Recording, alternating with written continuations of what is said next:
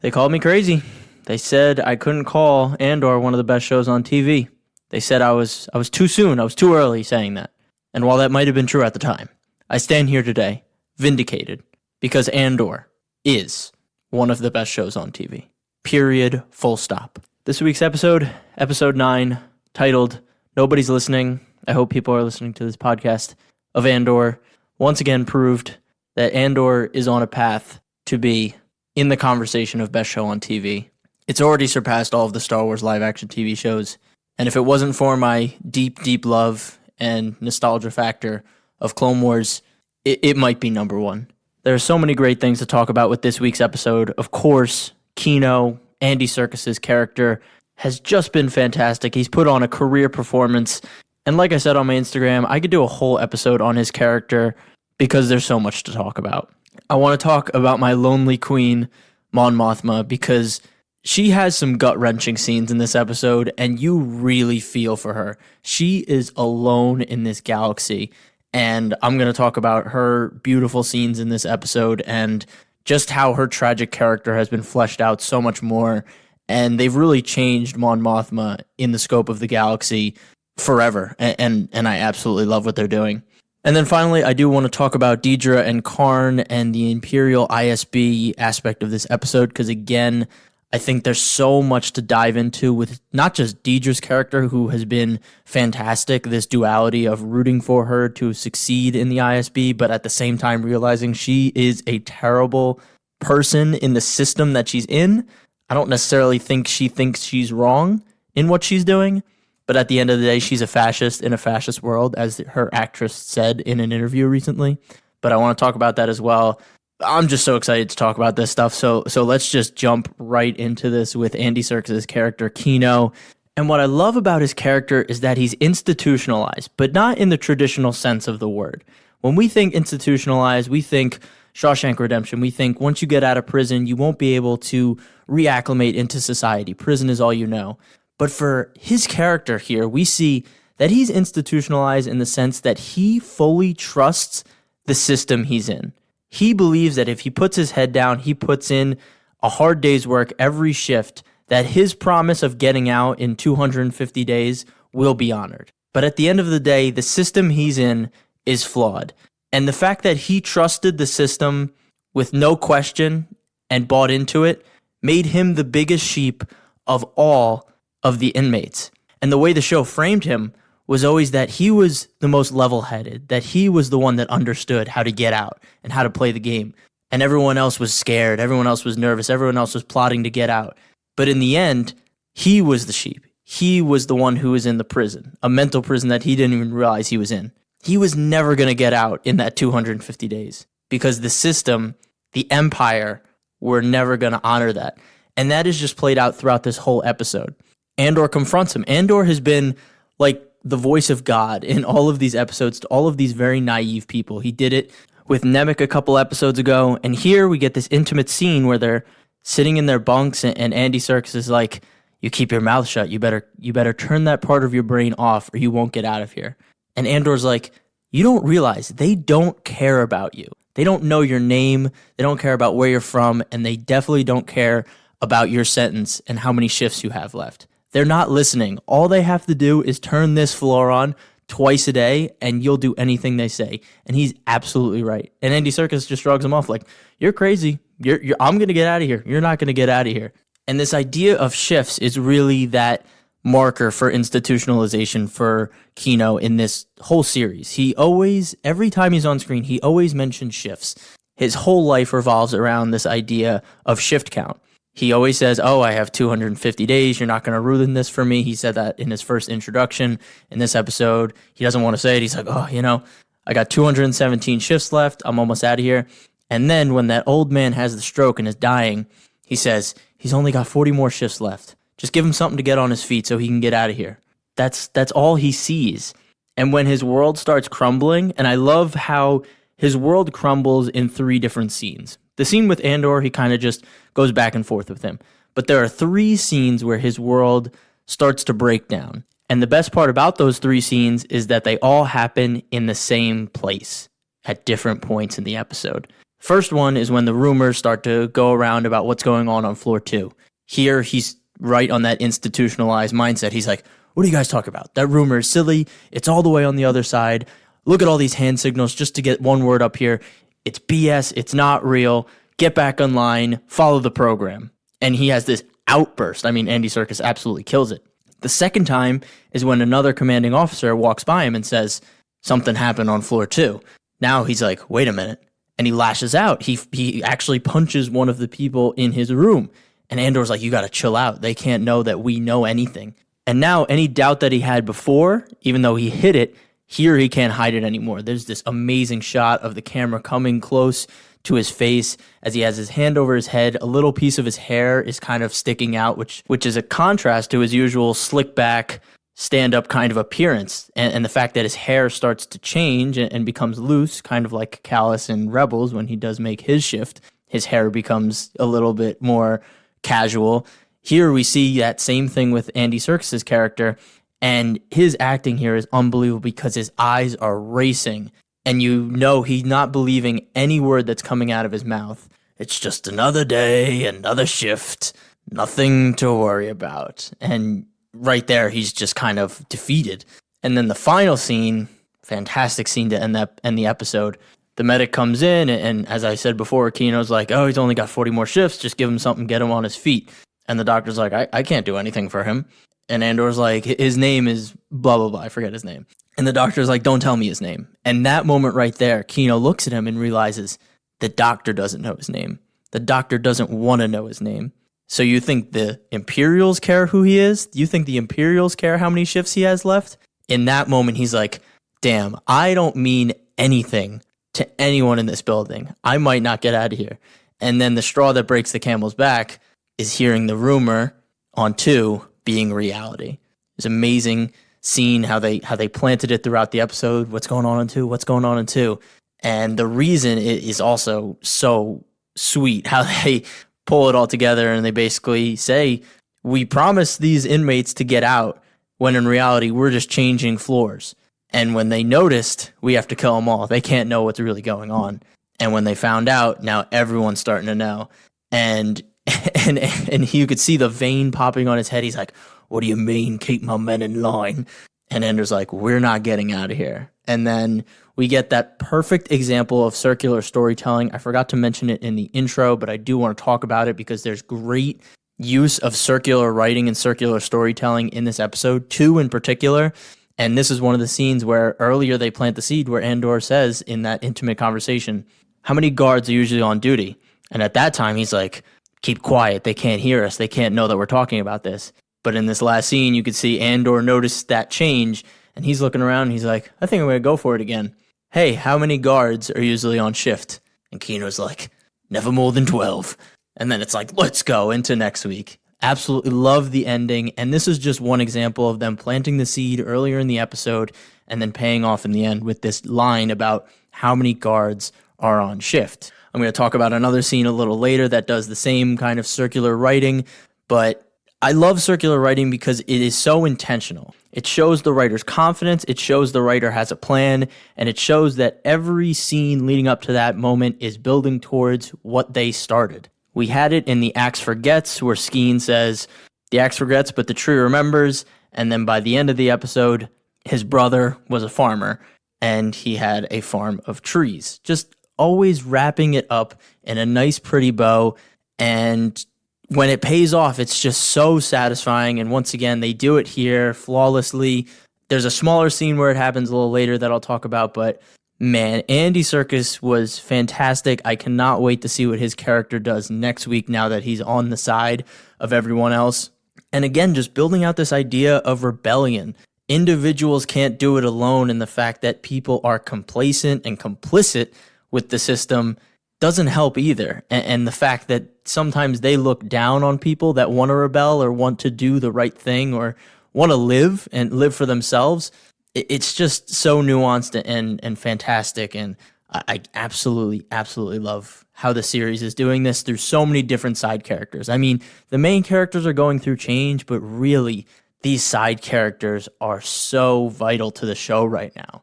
And we'll see how Andy Serkis ends up next week. It has not looked good for the side characters, but we'll see how it goes. But shout out to Andor. He was a beautiful foil for him in this episode, and the show's named after him, but he's very much supporting in a lot of these episodes, and I really appreciate Diego Luna's acting in this, and can't wait to see more.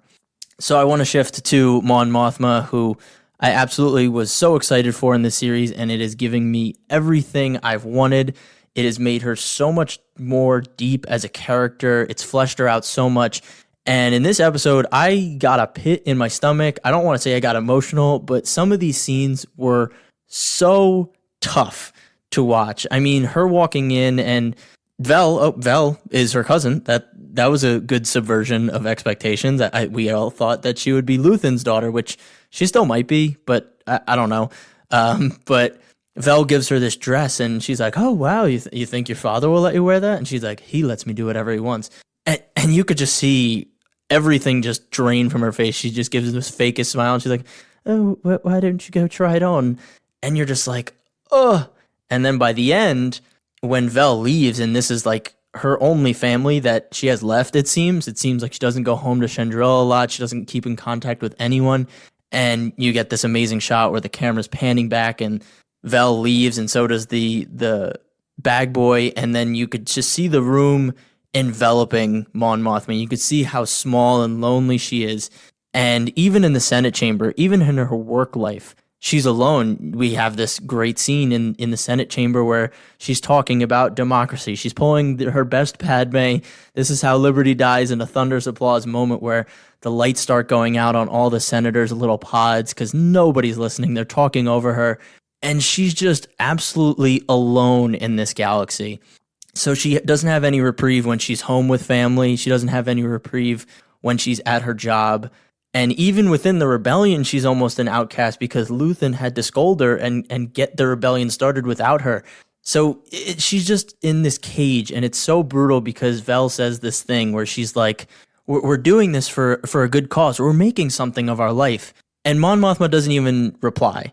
We're making something of our lives. But Mon Mothma's really given up everything that's made her life a life. She has nothing left because she has given everything to this, or she wants to give everything to this. So it's this really subtle way of showing Mon Mothma being like, was it really worth it? Even if I do the right thing, is it really worth it? And we can already see that being involved in this has already gotten her hands dirty. In this episode, we get another piece of that. Her banker friend basically says, you need to take a loan from a sketchy guy. A guy that is probably not the most reputable guy on Chandrila, but he has money and you need money so you don't go to jail for this 400,000 credits that you're trying to siphon into the rebellion. And she's just broken up about it. She's like, really, this guy? He's a thug. And then he's like, I can keep looking. And she just looks out the window like, I don't know what to do. I don't know what to do. She's just trapped. And it's really sad. And it's really sad to see my queen going down this dark path. And she goes from this symbol of power, hope, and confidence in the original trilogy and Rogue One, and even in Legends, to my knowledge, to this very lonely and sad character in this show. And I love how they've recontextualized it. And I don't love it for her because she's, not doing well. But it just adds so much depth to her. And I am so scared to see where this goes for her in the best way possible, because it's only going to get worse with her home life. She's going to lose everything, and she's just going to have to default and give everything to the rebellion because that's all she has left. So I love what they did with Mon Mothma in this episode, even though very subtle as usual, but fantastic nonetheless. And the last piece of the episode I want to talk about is Dedra, and then a little bit about Karn. Dedra is a bad person. She revels in the idea of torturing and interrogating someone. That's clear right from the start of the episode when she cracks her neck and then she gives a little smirk and then she starts interrogating Bix. She lives for this, or at least she's dreamed of doing this because she has come from the bottom to be in this position in the ISB. And she's like a shark kind of lurking around Bix as she's asking questions and dropping all this knowledge that they already have. And there's this one moment where she just dips her chin and mouth into the screen, into the frame, and then pulls out and then keeps walking around, and you don't see her eyes or anything, but it almost makes her look more like a predator. It was this fantastic directorial choice, and I really dug what they did in this scene with her, and she's just acting her ass off here. She's absolutely killing it. And here's the other piece of circular writing I wanted to talk about. She starts the scene by asking, fishermen usually cast long nets and they bring everything in, and they think, if I bring everything in, I'll get the bad guys. That's at least what the Empire thinks. And then she goes on her little spiel about talking about, your connections here, connections there. And then she comes back around about midway through the scene or so and says, are you a fish or are you a thief? Again, planting the seed, paying off later. Very Tarantino-esque, and I love that it's in Star Wars. And then we get to the interrogation method. This isn't really part of Deidre's analysis here, but this interrogation method is so horrifying. Basically, we have a recording of people being massacred, or aliens or the species being massacred in the Outer Rim, and this species emits a sound when they die in panic or in grief or in whatever that literally makes people go insane listening to it. It's like a horror movie. They're like, the communications officers who had to go through these recordings were huddled in a corner and lost all of their psyche listening to this over and over again. And you know what we did?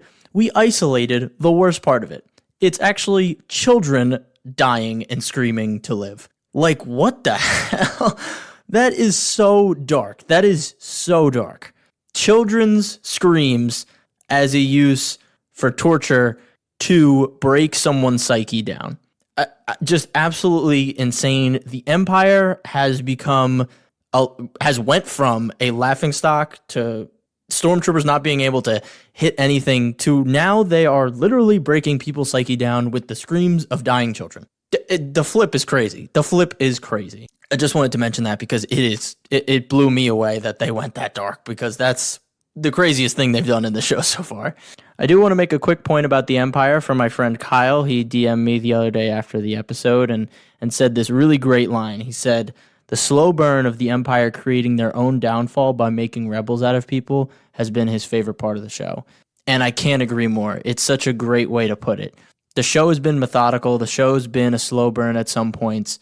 But the way the Empire is also reflecting that slow burn, that they think that they're squashing rebellion, but in reality, they're only accelerating rebellion. And that's exactly what Luthans wanted, and it's working. And just because we know where this ends and we know the rebels win in the end, makes it all the more difference. And I just loved the way he put it, and I wanted to share it with you all. So thank you, Kyle. Shout out to Kyle. He's been on the podcast plenty of times. Check out the Star Wars Score episode. That was one of my favorites. I loved recording that about all things Star Wars Score. So go check that out. But back to the regular schedule programming.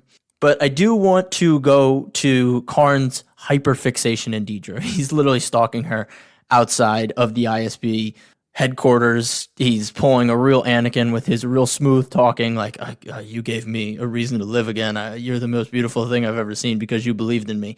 And while this scene is frightening and hilarious to a degree, it really kind of digs into that idea that I mentioned probably in my first or second episode about Karn's character. He has rational ideas, but when he was put around hyper-fascist or people that were almost fanatical about fascism, his ideas started to shift more to that extreme measure, which is very timely and very reminiscent of the real world. In this situation, Karn sees Deidre almost as a god. He deitizes her because she is going after the boogeyman that he thinks he's the only one who knows exists. He doesn't know Deidre from anywhere, but he has this blind obsession for her because he feels seen by her. It is very grounded in the real world where groups feel underrepresented, and it just takes one celebrity or one person in power to call out their boogeyman, and then they are all in on that public figure.